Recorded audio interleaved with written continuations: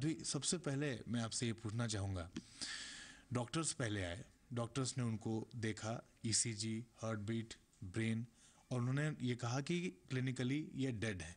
उसके बाद एक वक्त के बाद उनकी त्वचा का रंग भी बदलना शुरू हो गया, और उसके बाद अब मेडिकल साइंस में ये मान के डॉक्टर्स चल रहे हैं कि उनको सिर्फ औपचारिकता है मृत घोषित किए जाने की।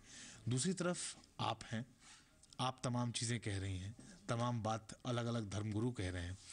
मैं सबसे पहले आपसे ये कहना चाहूँगा कि वो फ़र्क कहाँ है? इस वक्त महाराज जी जिस अवस्था में हैं वो अवस्था क्या है, और डॉक्टर्स जिस अवस्था की बात कर रहे हैं वो अवस्था क्या है? समाधि एक ऐसी अल्टीमेट साइंस ऑफ मेडिटेशन है। ध्यान से भी एक उच्चतम स्थिति, पतंजलि योग सूत्र में, अष्टांग योग सूत्र में ध्यान 7वें नंबर पर है और समाधि 8वें पर, और 8वें नंबर के बाद 8 सूत्रों के बाद पतंजलि जी भी अगला कोई सूत्र नहीं बना पाए। It means it's an ultimate state of being, existence. तो ऐसी अल्टीमेट मेडिटेशन में जिस समय हम जाते हैं तो उस समय ब्रेन की जो अभी कम फ्रीक्वेंसी आ रही है वो स्ट्रेट लाइन, ऑफ कोर्स वो अपने आप स्ट्रेट हो जाएगी, स्टेबलाइज हो जाएगी, सम हो जाएगी, समाधि। अब क्या है ना, ब्रेन हम वो ईसीजी करेंगे साइंटिस्ट, मेडिकल डॉक्टर्स, ईईजी करेंगे, इंस्ट्रूमेंट से अपने गेज करेंगे, तो उनके इंस्ट्रूमेंट्स में तो वो नील दिखाएगी और वो क्लिनिकली डेड कहेंगी। क्या आप ये कहना चाहती हैं कि जो जिस अवस्था में इस वक्त महाराज जी हैं उसको अब तक ढूंढा नहीं जा पाया है, और शायद वो ये एक मिस्ट्री शायद इस वजह से है? जी, उसको अभी तक एक्चुअली वही बात है, वो टेलीस्कोप नहीं है उनके पास कि वो डार्क एनर्जी और उसको कर सकें। ऐसे ही ये समाधि भी एक ऐसी सूक्ष्मतम सटलेस्ट स्टेट ऑफ बीइंग है जिसके लिए आपके ग्रॉस इंस्ट्रूमेंट्स जो हैं इनकेपेबल हैं। इस वक्त महाराज आशुतोष जिस अवस्था में हैं उस अवस्था को आप क्या मान के चल रही हैं? और दूसरा सवाल, इसकी उम्मीद आप लोगों ने लगाई है कि वो कब वापस आएंगे इस अवस्था में वापस और आप लोगों को दर्शन देंगे?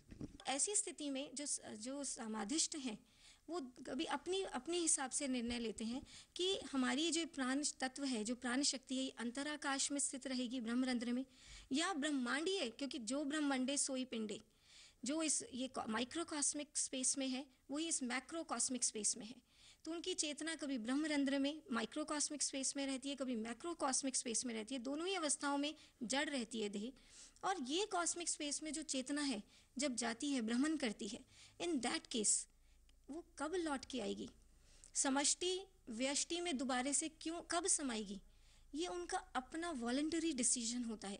हम इस अवस्था को क्या मान के चलें? डॉक्टर्स एक तरफ कह रहे हैं कि वो क्लिनिकली डेड घोषित कर चुके हैं, आप कह रही हैं, और दिव्य जागृति संस्थान ये कह रहा है कि वो एक ऐसी स्थिति में है जो एक मिस्ट्री है जिसको एक्सप्लोर नहीं किया जा सकता।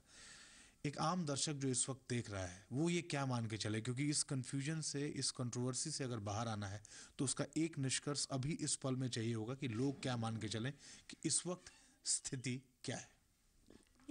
इस समय स्थिति यही है कि वो गहन समाधि में है। श्री महाराज जी पहले भी ऐसी समाधि में बहुत बार जाते रहे हैं, और ये समाधि की एक ऐसी स्थिति है जिसके अंदर जो देह है वो इस ऐसे ग्रॉस हो जाती है कि साइंस, मेडिकल साइंस डेड कहती है। और हमें अब लगता है कि महाराज जी अभी थोड़े समय लेंगे समाधि में।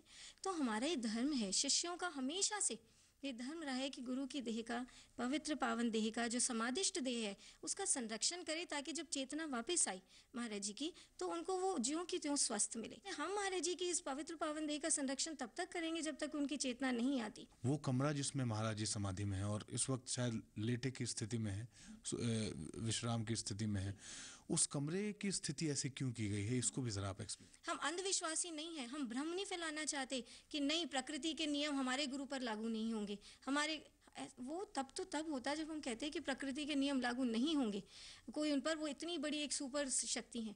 प्रकृति के नियम लागू ना हो देह पर, डॉक्टर्स की मानकर हमने एक साइंस और स्पिरिचुअलिटी का एक कॉम्बिनेशन बनाकर हमने ये एनवायरनमेंट यहाँ क्रिएट किया है।